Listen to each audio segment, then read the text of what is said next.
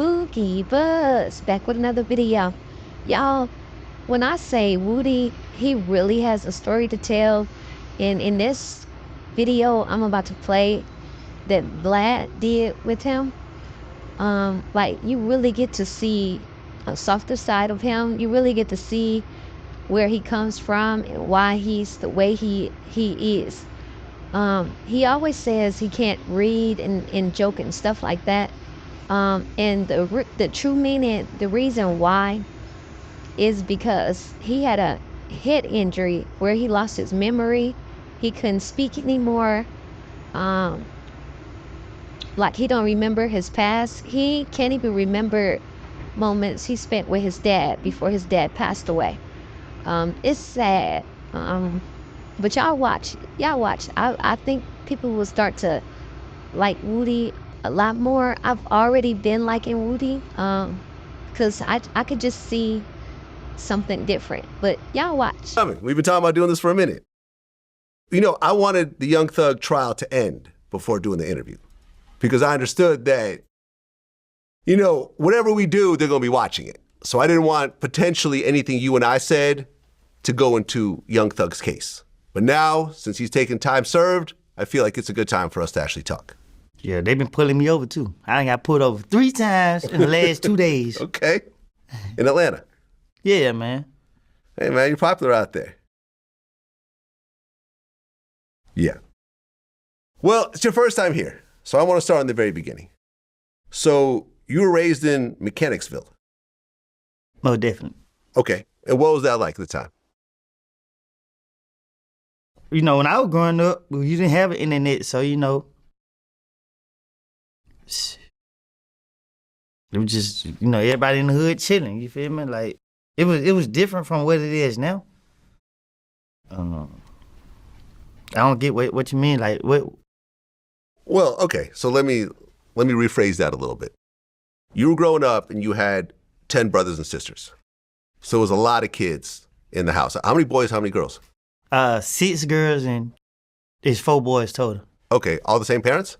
Yes, mom and dad. Oh, okay, they're busy. Right. Okay. Where are you in the... I'm the 7th child, the youngest boy. Okay. Now, when you were 10 years old, your dad died from cancer. Right. Okay. How did that affect you? Because your parents are still married, a lot of kids to take care of, and now the breadwinner is now gone. Well, it's like, I can't say it affect me, but I can't say it didn't affect me, because I never got to see what the experience would be like. You know, it's nothing I knew. I didn't know any better at the time, like. And then I had a head injury, so I really wasn't aware as much as a 10-year-old would be aware. What do you mean by head injury? When I was a kid, I rode a big wheel down the steps and crashed my head right here. Okay. I lost my memory, my speech, my hearing. So do you know how long you were not able to speak? Was it years or months or? I didn't even find it out until later. Like, when I was in the feds, they did a PSI. And when I read the PSI, when it came back, that's when I read up on my speech. I knew about my hearing and what I did because my mama told me, but yeah. I didn't know how bad it affected me until I read it in my PSI.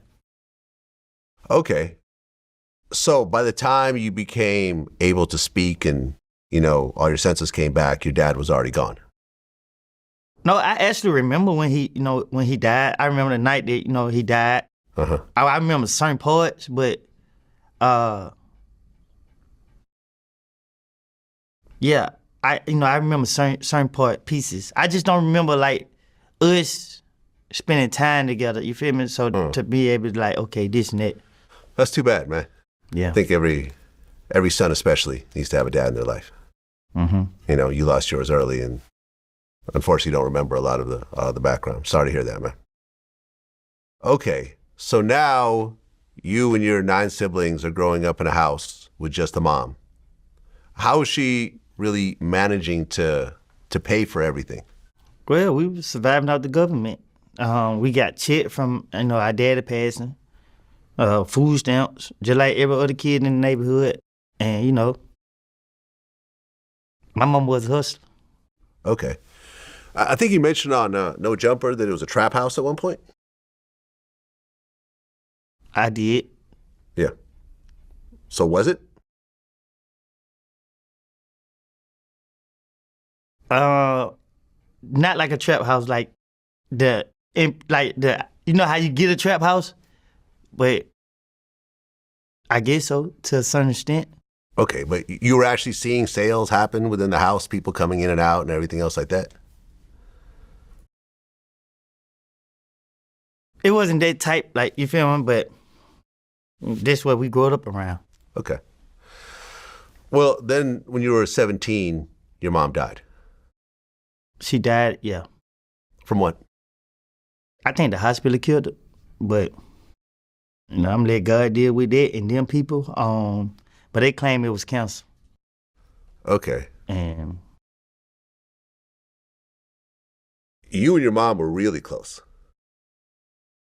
I think, everybody had a bond, you know what I mean? Like, if you let one of my siblings say it, they'll say they were close. But to me, I think we was. Our birthday was like 3 days apart. I mean, you had said that she was the only one that really had control over you. Still to this day. So she would tell you to go do something and you would listen to her and nobody else. Well, let's just say I still been bad, you know what I mean? But I wasn't gonna play with her. Okay, so before 17, when you were in high school, were you getting in trouble at all? Kicked out of school, suspended, arrests, anything? I was getting in trouble in school because I was taking special ed classes, and I wasn't gonna take them classes because I was started going to class with the kids in my community. And you know what I mean? They just coming up and be like, look at Woody. Shit, nigga, this ain't about choice. You feel me? They about force. It's because of head injury? Yeah, so they was like, they tried to prepare me like if I was to go completely deaf, I know sign language. But that's what I was thinking. Okay. Do you know sign language? Yeah, I do. Okay. Can you sign something real quick? What you want me to sign? Hello, how are you doing? I just say, my name is Kenneth Copeland. Oh, wow. Okay. Okay. So you were getting a little bit of trouble, but nothing too serious in high school. Right. But then you said when your mom died at 17, that's when things started to change. Right. So when I was in high school, we get in a fight and skip classes. That's the more I did.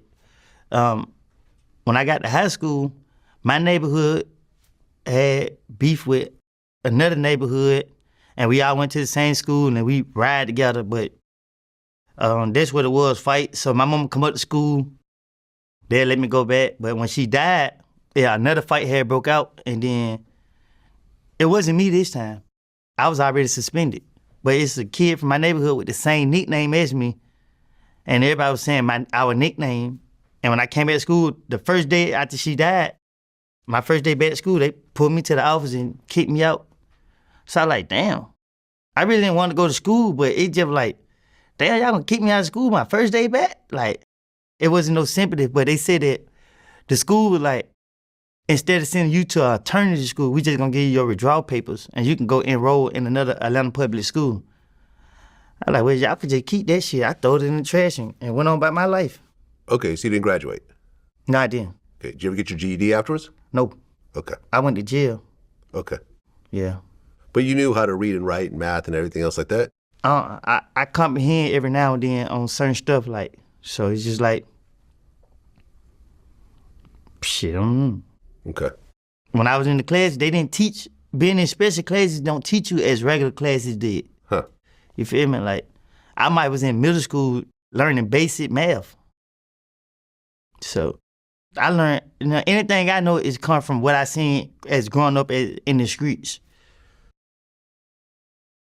I mean, when you look back on it, do you feel that messed you up because you are now 17, 18 years old, you don't have a high school diploma, so you can't get certain types of jobs. You know, your reading and writing are not up to par, so it limits what you could do legally. I think I messed myself up when I crashed my head because it's like later on down the line, it's all affecting me. Like when I was going to school, I lost my drive for school when I couldn't play sports. I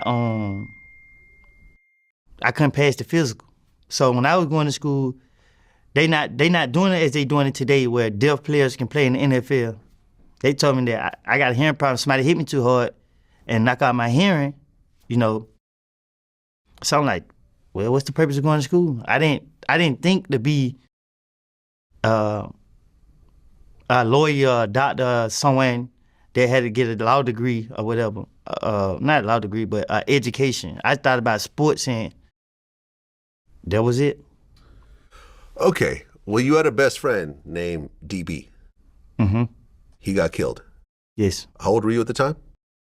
Grown. I don't keep up with the years, so he got killed in 2013. So that's like what, 11 years ago. I was like 22. Okay. How did he get killed? Coward ass drive-by. Drive-by. Yeah. Okay. After he got killed, you said, I had to go terrorize. What does that mean? Exactly what it sounded like it meant. So you were just angry and wanted payback for the situation? I was just angry with society, period. You know what I mean? Like, so I didn't care. I just went outside and just lived my life every day on the edge. Without naming any names, did you know who did it? No. No. No. Did that bother you? That your best friend just got killed and you don't know who's behind it? It still do bother me because it's like, he's the type of person just stand out. So it's just like, I don't believe in mistakes. You feel me? From the way he dressed, the way he walked, you know what I mean? You could tell. Shout out to Vlad TV for doing this interview with Woody. I think you did a great job on this video interview with him. I think it gave people a better look inside of Woody and him being the person that he is. So, y'all, thanks for watching. Like, comment, subscribe, hit that notification button so you get notifications when I post. Like, so y'all can get me in an algorithm. Thanks. Bye.